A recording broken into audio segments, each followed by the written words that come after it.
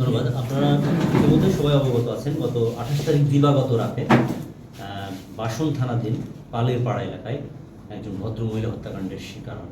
এমন নৃশংস হত্যাকাণ্ড আসলে গা শিউরে ওঠার মতো। ওনার শরীরে আঘাতের চিহ্ন দেখে বোঝা যায় যে এমনভাবে ওনাকে হত্যা করা হয়েছে, মুখ চেনা যাচ্ছে না এবং সারা শরীরে অসংখ্য ক্ষতবিক্ষত। তো এই ঘটনাটা যখন আমরা থানা পুলিশের মাধ্যমে জানতে পারলাম, সাথে সাথে আমরা ঘটনাস্থানে গেলাম এবং যে যথারীতি আমরা তদন্ত করে থাকি। তারপরে আমরা জানতে পারি এই ঘটনার যিনি ভিকটিম মিম আক্তার এবং তার স্বামী কর্তৃক খুন হন মর্মে বাসন থানায় একটা এজাহার রুজু হয়। এখানে উপস্থিত আছেন নিহত ভিকটিম মিম আক্তারের ভাই, তিনি বাসন থানায় একটা মামলা করেন সেই আপনার তার বোনের হাজব্যান্ড এবং হাজব্যান্ডের মায়ের বিরুদ্ধে। মূলত ওই বাসাটায় তারা হাজব্যান্ড ওয়াইফ একটা বাচ্চা নিয়ে ওখানে থাকতো এবং তাদের 2-3 বছরের একটা ছেলে ছিল বয়সে, এবং তার মাও সাথে থাকতো। তো তাদের ভিতরে আসলে একটা পারিবারিক দীর্ঘদিন ধরে দাম্পত্য কলহের একটা হিস্ট্রি আছে। মূলত এই ছেলেটা বেকার ছিল, দীর্ঘদিন ধরে সে আসলে স্ত্রীর টাকাতেই তাদের সংসার চলতো।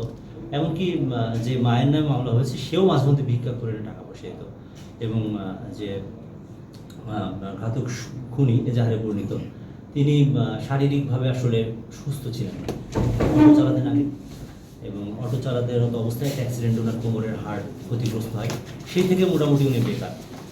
এক পর্যায়ে এই বিষয়টা শারীরিকভাবে উনি অসুস্থ ছিলেন, অর্থনৈতিকভাবে অসচ্ছল ছিলেন। এই বিষয় নিয়ে বা ডিজিজটির সাথে দীর্ঘদিন ধরে একটা এবং ডিজিজকে উনি কারণে মানে সন্দেহ করতেন এবং শারীরিক মানসিক কষ্ট দিয়ে আসতেন।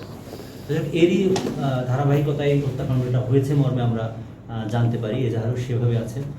ঘটনাটা যখন আমরা জানতে পারলাম, আমাদের সাথে সাথে ছায়াতদন্ত শুরু করি এবং গত 48 ঘন্টায় মূলত তাদের 48 ঘন্টার ভিতরে আমি তাকে গ্রেফতার করি। আমাদের টিম বরিশাল থেকে আসলে সে পালিয়ে যাচ্ছিল তার সন্তানকে মায়ের কাছে রেখে, তারা এখনও পলাতক। আমাদের চেষ্টা অব্যাহত আছে সেই সন্তানটা আদপেও এখনও বেঁচে আছে কিনা বা কী হালে আছে সেটা কিন্তু আমরা এখনও জানতে পারিনি। তো সেই আসামিকে, তার মাকেও গ্রেফতারের আমাদের চেষ্টা অব্যাহত আছে। আর 1 নম্বর আসামি যে আলম হোসেন, তাকে গ্রেফতার করা হয়েছে বরিশালে। মূলত সে লঞ্চে করে পালিয়ে যাচ্ছিল বরিশালের কোথাও হয়তো।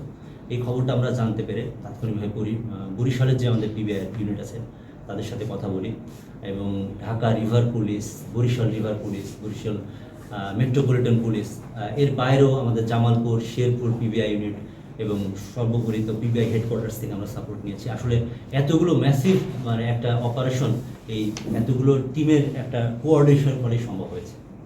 কখন সক্ষম হয়েছে গ্রেফতার করা? এটা তো আসলে তার হত্যাকাণ্ড সংঘটিত 48 ঘন্টার ভিতরেই।